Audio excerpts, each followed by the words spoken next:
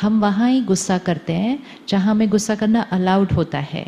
जिसके सामने नहीं अलाउड होता है हम गुस्सा नहीं करते हैं।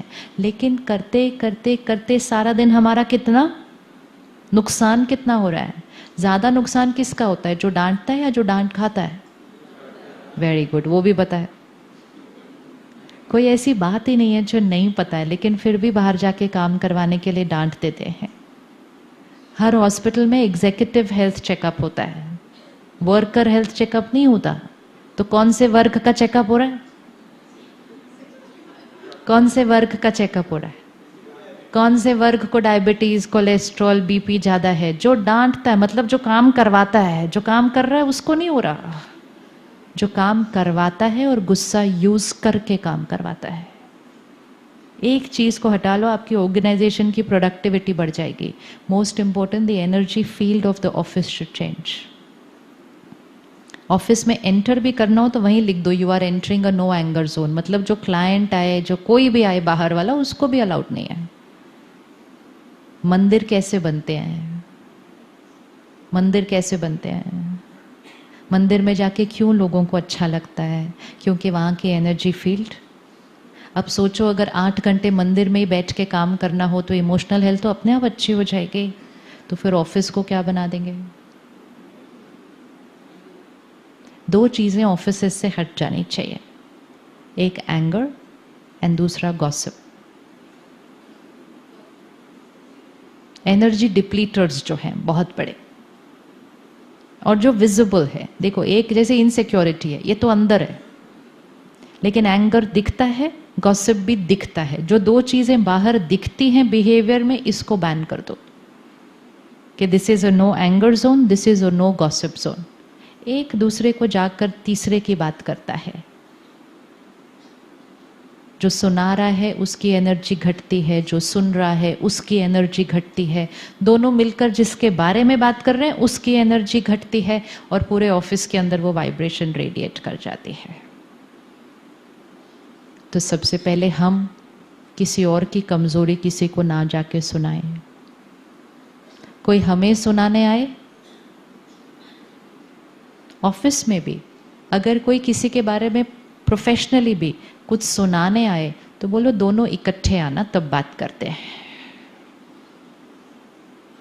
एक के साथ बात करना is a waste of time, waste of energy. 2 office में क्या, आप सिर्फ हस्बैंड वाइफ के साथ अलग अलग बात कर लो, आप पेरेंट चाइल्ड के साथ अलग अलग बात कर लो, आपको दोनों एकदम राइट लगेंगे। लेकिन दोनों को इकट्ठे बात करने के लिए बोलो, ताकि दोनों एक दूसरे का नजरिया समझें और अपने आप ठीक कर लें अपनी बात को। लेकिन अगर हम एक का सुनेंगे, अगेन 2 लोगों को बोल दो अलग अलग आके इसको डिस्क्राइब करें, तो दोनों का डिस्क्रिप्शन एकदम अलग होगा। तो no gossip and no anger कर सकते हैं? इतना सोचना पड़ता है इसके लिए? ये तो बहुत इजी है, बहुत इजी है। एनर्जी डिप्लीटर्स को हटाना है ना, कि what is pulling down my energy field. Anger में इरिटेशन, टर्बुलेंस, ये सब आ गया। वही बात करो, डिसिप्लिन करो, लेकिन सभ्यता के साथ, सम्मान के साथ, डिग्निटी के साथ। उससे सामने वाले का जो बेनिफिट होगा वो तो होगा, लेकिन सबसे पहले किसका बेनिफिट होगा? अपना। ऑफिसेज में तो सामने वाले को असर होना अब बंद हो चुका है। जो लोग ज्यादा करते हैं सामने वाले को तो आदत पड़ जाती है, तो वो क्या कहते हैं, चलो जी फिर से भी चलो करो करो आप 5 मिनट अपना जो आपको करना है आप करो, क्योंकि हमें तो अब आपकी आदत पड़ चुकी है।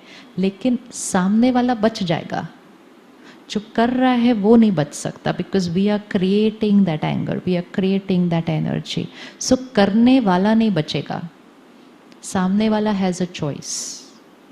कुछ लोग डांट खा लेते हैं, फिर जाते हैं, चाय पीते हैं, 4 लोगों के साथ बैठते हैं, कहते हैं आज भी उन्होंने शोर मचा दिया, कहते हैं छोड़ना तो रोज ही मचाते हैं, क्या करना है, हंसते हैं, उनके बारे में 4 लाइन बोलते हैं और काम पे आ जाते हैं। Does not make any difference at all. Immunity system is high. Daily है ना, कोई भी चीज डेली होगी उसके बाद नहीं असर पड़ेगा उसका। तो उससे क्या होता है, जो लीडर है उसके शब्दों की वैल्यू खत्म होने लगती है।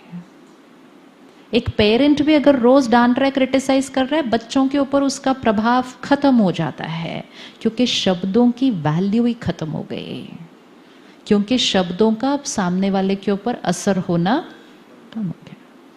सो the power to influence, the power to transform, the power to discipline खत्म हो जाता है। तो अपनी पावर को संभाल के रखना है। हर रोज सुबह पहला 1 घंटा अपने लिए टाइम होना चाहिए। सुबह उठकर फोन सबसे पहले कौन देखता है? एनर्जी डिप्लीटर। एनर्जी डिप्लीटर। सबसे चीज इंपॉर्टेंट जो हमें एज अ प्रोफेशनल करनी है कि फोन का सही यूज, फोन का सही यूज। जब हमारे पास फोन नहीं थे, तो जब हम घर पहुंच जाते थे तो हम घर पे होते थे। अब जब हम घर पहुंच जाते हैं तो भी हम ऑफिस में। It's not that not to use the phone, but don't use the phone for office work, because with messages, with emails, with phone calls, if your mind is constantly at work, तो ये mind rest कब करेगा? आज India में depression rate इतना high क्यों है? India number 1 है इस साल पूरे विश्व में। ये हाई इसलिए है क्योंकि हमारे मन थके हुए हैं। We are tired minds. Tired mind means battery. तो एक कट ऑफ टाइम अपने लिए शाम को रखिए। एंड अगर आप ऑर्गेनाइजेशन के अंदर वो नियम बना ले, तो ऑर्गेनाइजेशन के अंदर एक कट ऑफ टाइम होना चाहिए कि लेट्स से सुबह से शाम काम करते हैं लोग, तो फिर 8 o'clock, suppose 8 o'clock, so 8 o'clock is a cut off time कि 8 o'clock के बाद कोई ऑफिस कम्युनिकेशन एक दूसरे से नहीं करेगा, unless it's a crisis. And crisis बहुत कम होते हैं, लेकिन जिनके पास टाइम नहीं होता उनके लिए रोज ही क्राइसिस हो जाते हैं। अर्जेंट है, अर्जेंट, जल्दी करो, अर्जेंट है। No, it is for your good that you allow people to rest at home, because rested minds will work better tomorrow. Tired minds will not work well tomorrow.